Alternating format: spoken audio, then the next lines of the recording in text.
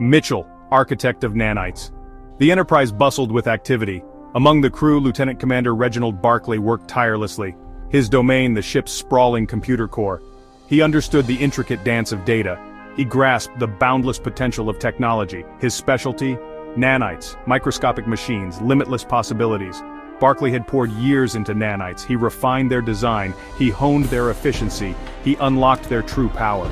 But his research remained theoretical, confined to simulations, longing for a real-world test. Then, Deep Space Nine called.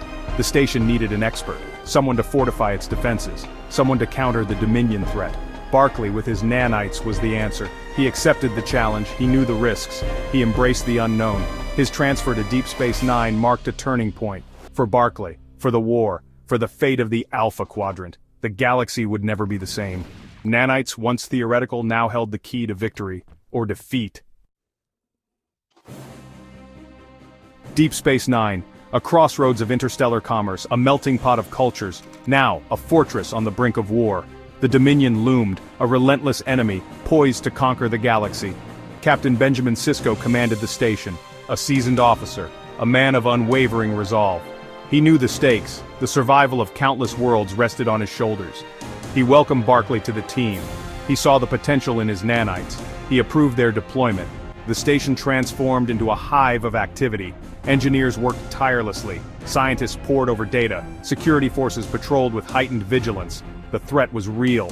The danger, imminent. Barclay, at the heart of it all, felt the pressure. His nanites, once confined to simulations, were now deployed in the real world. Their mission to defend the station, to hold the line against the Dominion, to buy time for the Federation. The fate of the Alpha Quadrant hung in the balance.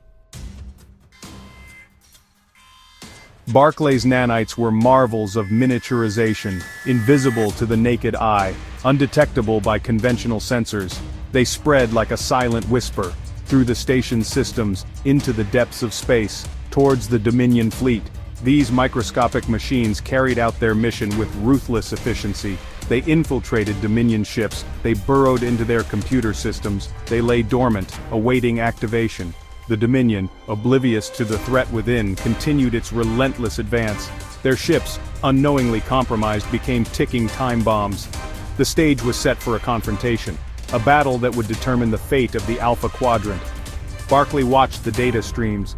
His creation, unleashed upon the galaxy, filled him with a mixture of pride and trepidation. He knew the power he wielded.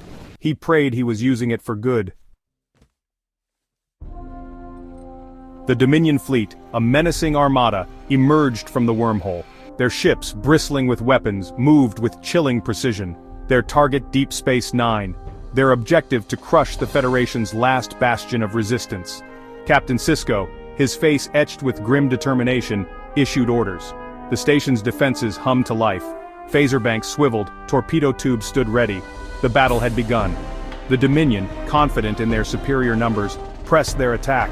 Their ships unleashed a barrage of fire, explosions rocked the station, shields flared, but Cisco held firm. He waited for the opportune moment, the moment to unleash Barclay's nanites. The tension in the station's command center was palpable. Every eye was glued to the tactical display. The fate of the Alpha Quadrant hung in the balance. This was it, the moment of truth. Section 5, Chaos in the Ranks, Nanites Unleashed.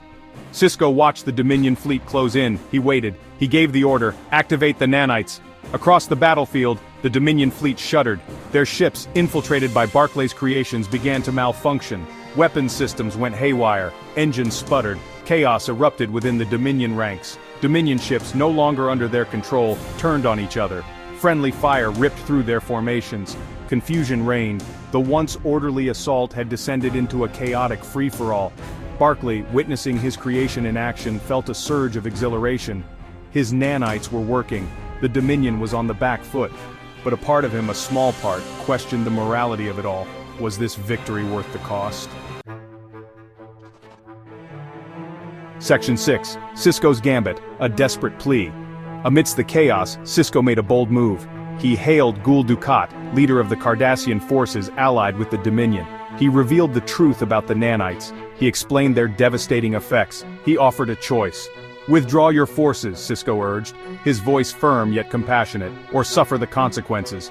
Dukat, initially disbelieving, contacted his flagship. The reports confirmed Cisco's words. His fleet, once invincible, was now crumbling from within. Fury boiled inside him. He had been deceived, outmaneuvered, humiliated. Dukat faced a choice: heed Cisco's warning and withdraw, or watch his fleet tear itself apart. The decision was agonizing, the stakes higher than ever. Section 7, Firestorm, the Dominion crumbles. Dukat, consumed by rage, refused to yield. He ordered his ships to press the attack, a fatal mistake. The Nanites, like a virus, spread further, deeper. The Dominion fleet, once a symbol of might, became a maelstrom of destruction. Explosions illuminated the darkness of space, debris rained down like fiery hail.